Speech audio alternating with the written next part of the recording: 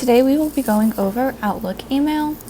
So the first thing I would like to talk about in regards to your email inbox is the number of emails.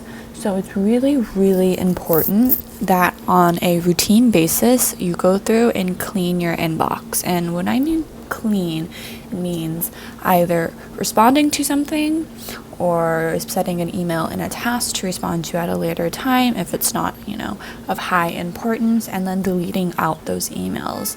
At the end of a workday, you want to strive for, 0 emails in your inbox. When we have a clean inbox, it's just so much easier to manage and organize what you have to go through. And it also ensures when you routinely go through, review, reply, create tasks with them, delete your emails, it ensures that you are up to date on, all correspondence and that you haven't let something slip behind. So this is my inbox. So first thing we're going to talk about is generating a new email. So very simple. You're going to have your to, and then you also have your CC and BCC. So to is the person, the intended recipient of this email, and let's say that you want someone else who this email isn't intended for, but you would like for them to be aware of what's going on. You can CC them. And then BCC is blind carbon copy, so these two recipients won't know that this person is included when you BCC them. And then we have our subject line. Make sure the subject line is relevant to, short and relevant to the actual email. And then you have your body of the email where you're going to go ahead and write what's in that. One thing that's very cool about Outlook is that you can insert tables in here. So if I go here, I can draw out the table I want, stick that in, and go ahead and type in here. If I can type. So this table is really great if you have a lot of information or if this email is going out to multiple recipients and you want to kind of easily organize and break down who is doing what. A table is a really great way to do that. And then you can also add bullets in your emails.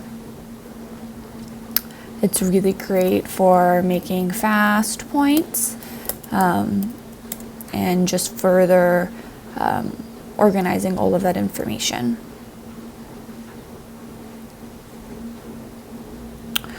Okay, next we have any emails that are marked as high importance. So if you receive an email that has a high importance sign on this, so it's going to come in as a red exclamation point, that's very important. It means that email is high importance, and so that needs to be reviewed and responded to within 24 hours. So if you see an email in your inbox with a high importance sign, make sure that's the first one, the first email that you look over and review.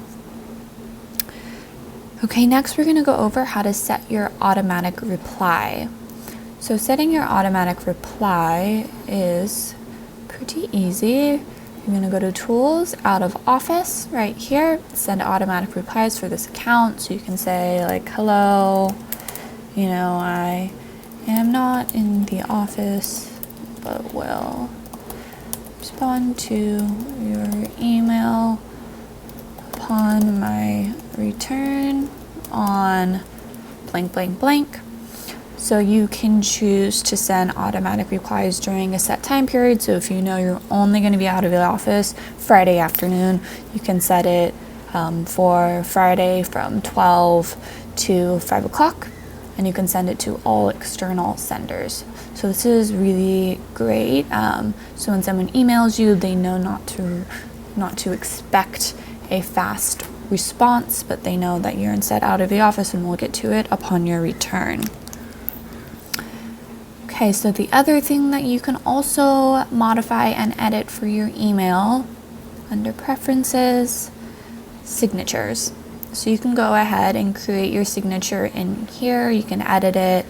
If you have a title change or your phone number extensions changed or anything like that, go ahead and feel free to edit it. Method will have already set up your signature for you. But in the case that they spell something wrong, or like I said before, something has changed, go ahead and feel free to edit that right here. So the last thing I want to talk about in regards to your Outlook email is setting up one really handy quick step. So a quick step is just something like a little shortcut that you can set up. So this quick step in particular is really helpful for your email management. So what it is creating a task with this attachment. So what that does is when you have an email that you would like to make into a task, say, it's something that you need to work on a later date. So just to clear that out of your inbox, we're going to make a task with it. So on your email screen, you're going to see this little quick step bar right here. So you can see I already have mine set up. If you don't have this, we're going to go over how to set it up right now. So you're going to see this little kind of arrow in the bottom right hand corner. Go ahead and hit that. And what you'll see is this Manage Quick Step browser. So all you need to do is hit New, and then you should see Create a Task with this attachment. So once you see that, go ahead and hit that, and then you're just going to hit OK. So now the Create a Task with this attachment will pop up. So it's really cool if you have an email, like I said before, that you want to create into task, click that email, and then click Create a Task with this attachment. And what it's going to do, it's going to create a new task with that email as an attachment inside of it. So what's nice about this is that you can go ahead, save that task, and now you can delete that email out of your inbox since we don't want it cluttering up our inbox. Once we delete it, it's not going to delete that email from your task. While it is going to be out of your inbox, you can still go to that task and that email is still going to be there, so you can even respond to the sender through that email in the task, which is really nice. That is it for Outlook email.